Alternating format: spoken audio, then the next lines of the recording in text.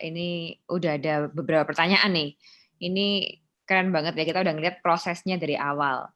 Kalau boleh tahu tadi, I was wondering this, setelah 5 tahun jadi growth-nya Men's Republic itu sekarang gimana nih, Yasa?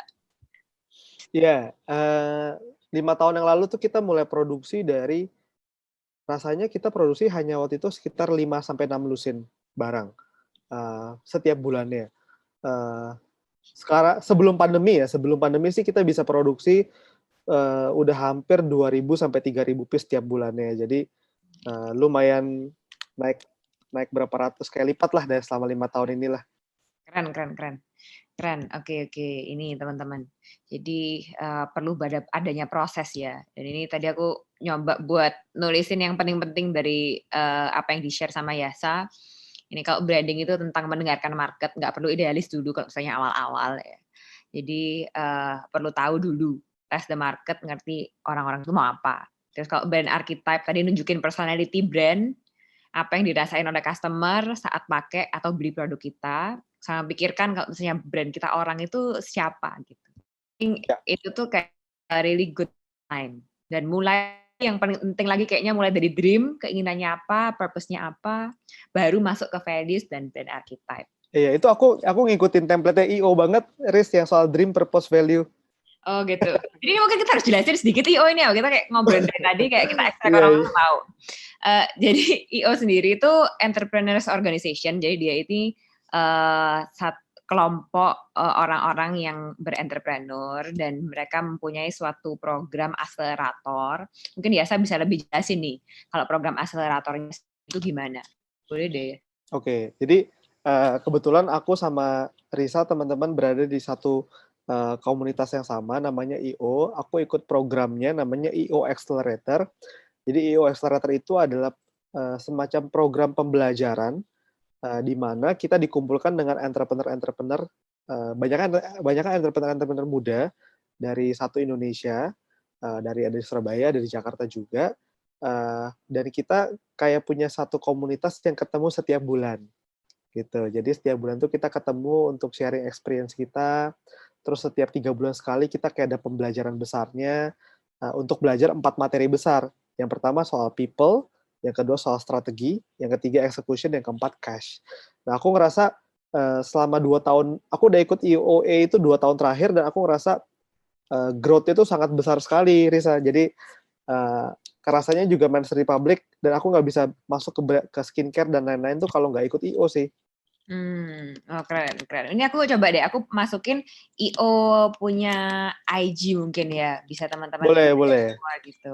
Dan ini ini organisasi yang kita sama-sama itu sih, ke sana untuk mau barengan learn and grow gitu ya kayaknya. Lebih sama-sama learning organization gitu. Jadi sama Siap. mengembangkan. Mungkin ini sambil ini kita bisa jawab nih, ada yang tanya berapa tahun sekali update logo, itu yang dari yang simpel. Oke. Dari Francisca Joseph. Loh, ini dari anak IO nih. Iya. Jadi ini ada teman IO juga di sini. Oke, siap-siap. By the way, ini lucu banget, Riz. Ada yang komen gini. Rupanya hari ini saya ketemu dengan yang punya brand sepatu yang saya pakai. Sudah dua kali beli sepatunya plus dompet. Asik. Ada Thank review, kasih review, you. kasih review. Oke. Thank you, Mas Andri. Aku balik ke pertanyaannya Siska. Berapa tahun sekali update logo? Menurut aku nggak ada jaminannya atau nggak ada kepastiannya berapa tahun sekali update logo. Tapi lebih ke apakah logo kita ini masih relevan atau enggak.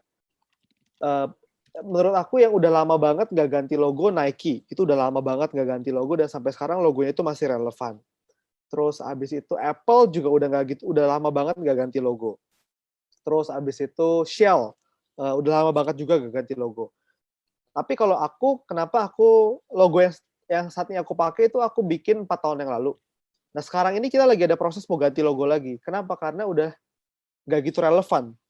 Jadi kita terus adjust terus, sebenarnya yang lebih relevan ke market tuh apa sih? Gitu. Nah yang sekarang ini kita lagi pikirin gimana kita bikin sebuah logo baru, yang logo baru ini bisa lebih ditempel ke sepatu kita. Kita lagi pikirin nih. Kalau yang sekarang ini, kita lihat logonya itu karena lebar banget, agak susah untuk ditempel ke sepatu. Kita lagi pikirin logo baru yang bisa kita implementasikan ke sepatu. Jadi itu salah satu alasannya kenapa kita lagi pikirin buat ganti logo lagi. Jadi nggak ada berapa tahun sekali sih kalau aku cuma lebih ke apakah logo yang sekarang ini masih relevan atau enggak ke market. Dan aku setiap tahun itu aku rutin kayak kirimin survei ke setiap customer kita kayak gimana Men's Republic tahun ini, apa yang bisa di-improve dan lain-lain. Nah, di sekarang itu udah banyak yang masukan kayak butuh refreshment baru nih soal brand-nya, makanya kita ganti logo lagi. Oke, sip, thank you. Ini ada yang menarik pertanyaannya ya. Tadi kan dibilang ada kalanya kita lebih baik menjual barang yang tidak kita suka. Mungkin ini kayak mendengarkan market versus kita idealnya gimana. Tapi gimana kita bisa melihat unique selling point dan meyakinkan customer membeli barang yang kita nggak yakin jual. Jadi itu mungkin separating dari unique selling point sama kayak market demand. Gimana nih ya? Ya. Mungkin bukannya kita nggak yakin jual karena jelek ya. Aku yakin banget produknya ini bagus. Karena aku bikin di pabrik yang emang bagus banget. Pabrik yang aku bikin ini biasa bikinin brand-brand untuk brand-brand yang ada di mall dan brand-brand ekspor. Jadi aku tahu ini kualitasnya bagus. Cuma that's not my style aja, gaya sepatunya waktu itu. Jadi bukannya aku nggak yakin produknya bagus, cuma gaya sepatu ini bukan gaya aku. Gitu. Jadi kayak Kualitasnya misalnya bagus tapi gitu ya. tapi kualitasnya bagus. Kayak misalnya gini, misalnya skincare. Sekarang kan aku jualan skincare. Aku nggak pakai skincare banyak gitu loh, Riz. Beda pasti kan kalau cewek kan ada berapa step. Cuma sekarang tapi aku sekarang udah mulai ini loh, udah mulai mencoba pakai. Jadi aku sekarang udah pakai 3 step gitu tiap hari. Waduh. Apa aja nih? Aku pakai apa ya? Toner, Toner. moisturizer, sama night gel. Oh, keren. Pokoknya nggak pakai night gel.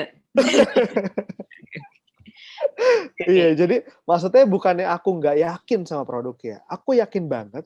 Cuma waktu itu aku belum suka. Menurut aku gayanya bukan gaya aku aja. Gitu. Jadi tetap harus jual produk yang kita yakin itu bagus walaupun kita nggak pakai. Oke, sip. Jawabannya keren. Ini lanjut ya, pertanyaan selanjutnya ini dari Widi Andika. Kondisi di tempat kantor saya sekarang sangat bergantung pada Facebook dan IG Ads. Mulai ada rencana buat menyisihkan dana marketing untuk branding, tapi masih dengan cara iklan Facebook dan IG Ads. Ada tips lain nggak, Kak? Soalnya masih mentok banget di situ. Iya. Menurut aku nggak bisa juga sih, Widi, untuk langsung shift ke ngilangin budget iklannya sama sekali. Karena efek branding itu tidak instan. Beda sama kayak kita ngiklan di Facebook sama Instagram. Itu kan hard selling banget ya. Kalau kita ngiklan di Facebook sama Instagram, ada promo ini, diskon ini, itu hard selling banget.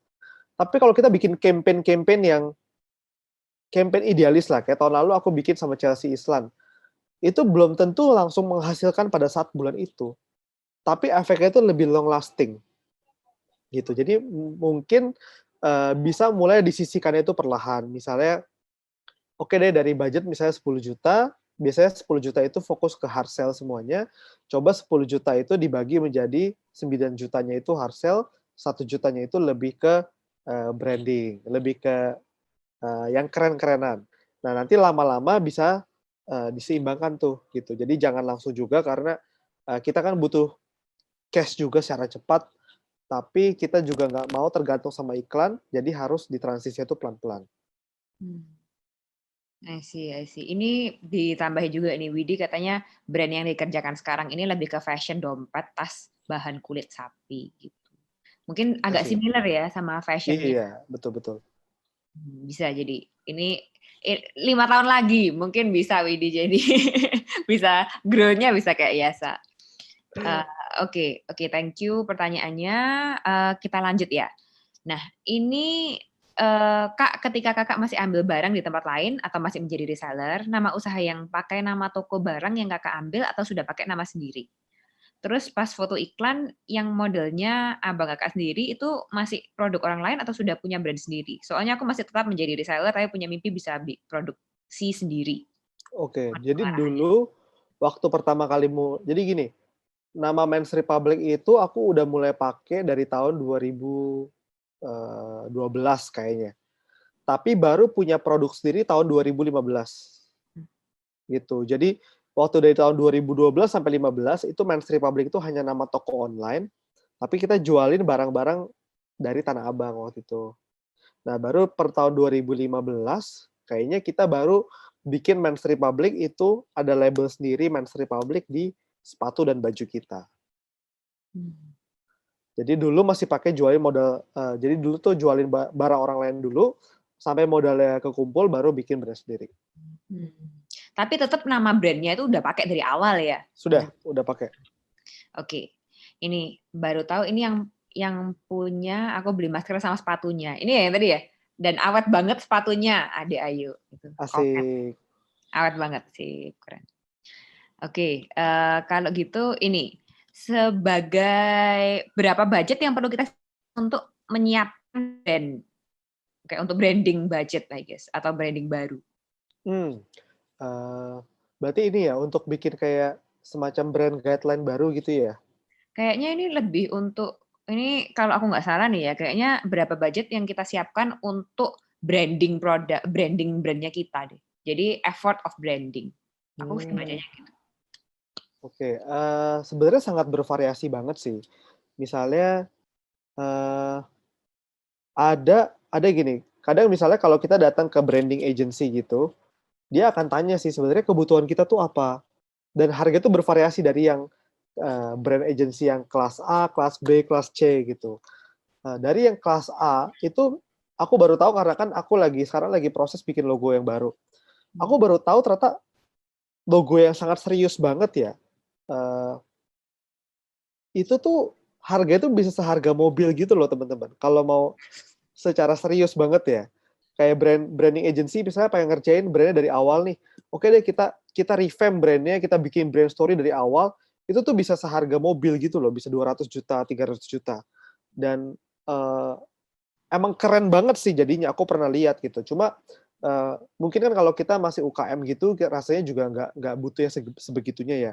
Kalau aku sih pilihnya gini, kadang mungkin kita nggak butuh datang ke brand agency, bisa juga teman-teman udah punya konsepnya itu seperti apa, cari aja mahasiswa DKV atau mahasiswa brand yang bisa mentranslate apa yang kita ada di kepala kita menjadi key visual gitu, bisa menjadi gambar-gambar panduan kalau brand kita pengen masuk ke sosmed tuh template-nya kayak gini loh. Kalau pengen foto produk template-nya kayak gini.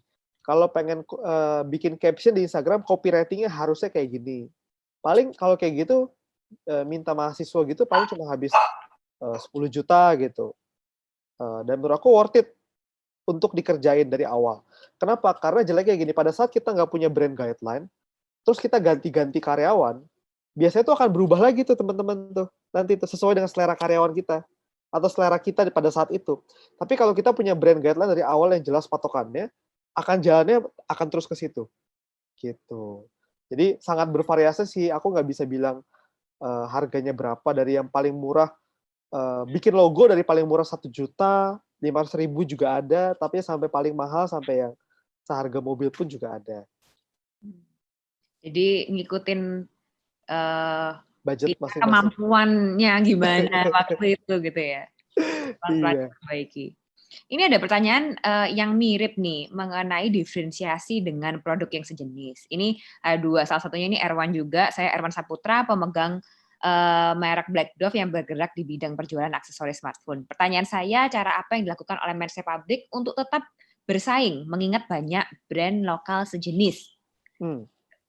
Ya, aku ngelihatnya gini. Pertama aku ngelihatnya itu, mindset aku adalah aku selalu melihat kompetitor, terutama para pemain-pemain brand sepatu lokal di Indonesia itu bukanlah sebagai musuh, tapi sebagai partner untuk memajukan industri. Kenapa? Karena kita itu brand lokal di Indonesia itu jumlahnya itu masih kalah saing loh kita sama brand-brand luar. Orang Indonesia itu masih suka beli barang-barang KW merek luar dibandingin brand lokal sendiri. Jadi aku pertama nggak ngelihat kita harus bersaing sebagai musuh, tapi lebih ke partner. Nah, sebagai partner memajukan industri, aku ngelihatnya setiap brand itu sudah ada marketnya masing-masing yang nggak bisa di-compare. Misalnya, aku kenal dan pernah ketemu, pernah ngobrol langsung sama yang punya brand sepatu Kompas yang lagi booming banget di Indonesia. Eee, orang bilang, "Wah, sekarang nih Kompas ini lagi booming banget nih," gitu. Sepatu Kompas itu kan jenis sepatu vulcanize. Tapi ada juga loh orang yang nggak suka sepatu vulcanize, ada itu orang yang suka sepatu boots. Dan seorang yang pakai sepatu boots itu nggak pakai sepatu Kompas, mungkin pakai sepatu yang lain. Ada lagi gini, gampang gini, ada orang yang beli sepatu tuh sukanya ke bazar anak-anak sneakers, ada orang yang suka sepatu tuh belinya ke Ramayana aja, nggak pusingin gitu. Jadi menurut aku setiap brand itu ada marketnya masing-masing. Nah, yang menjadi masalah adalah pada saat kita punya brand nggak jelas mau kemana. Pada saat lagi zaman sepatu Kompas vulcanize, kita bikin sepatu gaya vulcanize. Lagi zaman sepatu kulit, kita bikin sepatu kulit. Lagi zaman sepatu boots, kita bikin sepatu boots.